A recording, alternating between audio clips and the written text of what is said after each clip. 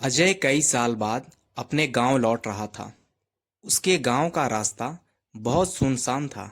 अजय बोला, गांव का रास्ता पहले से बहुत बदल चुका है। मैं सोच रहा था गांव अब पहले जैसा नहीं होगा, लेकिन गांव तो अब पहले से भी डरावना हो चुका है। कई घंटे कार चलाने के बाद अब अजय थक चुका था। तभी रोड के किनारे एक छोटा सा चाय का स्टॉल दिखा। अजय अपनी वहीं कार रोककर चाय पीने गया। कुछ लोग भी वहां पर बैठे थे। वो बड़े चुपचाप से बैठे थे। अजय धीरे से बोला, भैया, ये मणिपुर गांव यहाँ से कितना दूर है? सब लोग उसे बड़े हैरानी से देख रहे थे। चाय वाले ने बोला, चुपचाप चाय पियो और यहाँ से निकलो। एक पल के लिए अजय भी सोच में पड़ गया। इन्हें क्या हो गया? मैंने तो बस एक गांव का नाम ही तो पूछा था। आखिरकार अजय को गांव के बारे में कुछ पता नहीं लग पाया। वो अपनी कार लेके वहां से निकल जाता है।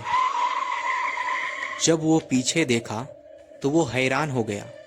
वो चाय का स्टॉल वहां पर नहीं था, ना कोई वहां पर लोग थे। लेकिन ये कैसे हो सकता है? मैंने तो अभी वहां पर चाय पिया था।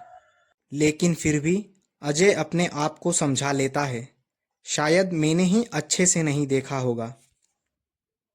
वो अपनी कार की स्पीड तेज करके आगे की तरफ बढ़ रहा था। कुछ देर आगे जाने के बाद उसे एक रोड के किनारे लड़का दिखता है जो कि टॉर्च बेच रहा था।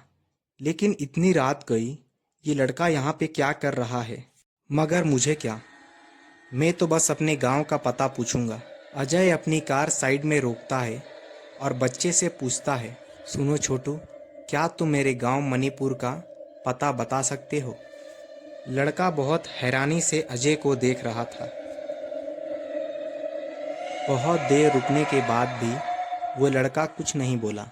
अजय बहुत परेशान हो चुका था। एक तो उसके फ़ोन में सिग्नल भी नहीं था और ऊपर से उसे कोई पता भी नहीं बता रहा था। अजय अब अपने आप ही पता ढूंढते ढूंढते जा रहा था। अचानक अजय के कार के सामने एक बूढ़ी औरत आई। उसने कार का ब्रेक जोर से दबाया। कार के बाहर निकल के बोला, अरे आपको दिखता नहीं है क्या? आपकी एक गलती की वजह से आपकी जान चली जाती। बूढ़ी औरत बोली, जान रहेगी तो जाएगी ना। बूढ़ी औरत बोली, मेरी बात ध्यान से सुनो। आगे जाने के बाद तुम्हें एक लड़का दिखेगा, उससे कहना मुझे वो अखबार दे दो। अजय बोला, लेकिन क्यों? मैं वो अखबार क्यों लूँ? अजय सोचा, शायद ये बुढ़िया पागल है। चलो यहाँ से चलते हैं। अजय अपनी कार लेके वहाँ से निकल गया।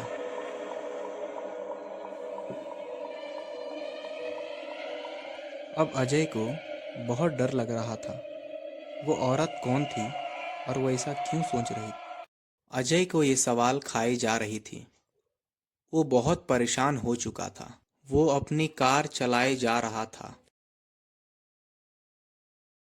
तभी उसे एक बच्चा दिखता है जो अखबार बेच रहा था। लेकिन ये कैसे हो सकता है? इतनी रात को कौन अखबार बेचता है? बूढ़ी औरत की बात सच हो रही थी। अजय अब बहुत घबरा गया। क्या औरत की बात सच निकलेगी? अजय उस लड़के के पास जाके कहता है, वो अखबार मुझे दे दो।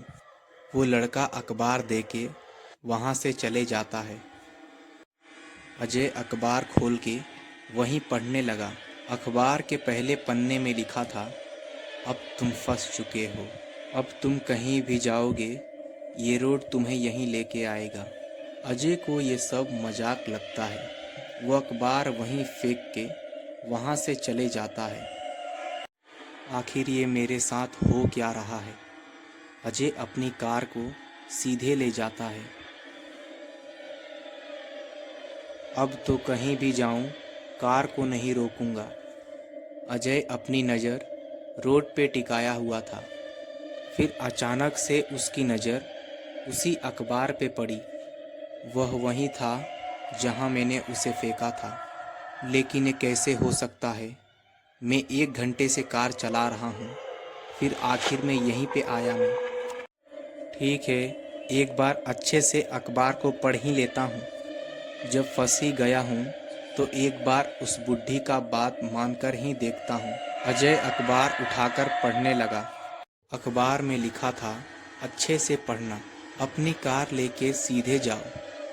कुछ दूर जाने के बाद तुम्हें एक चाय का स्टॉल दिखेगा, वहाँ से दाएं मुड़ जाना।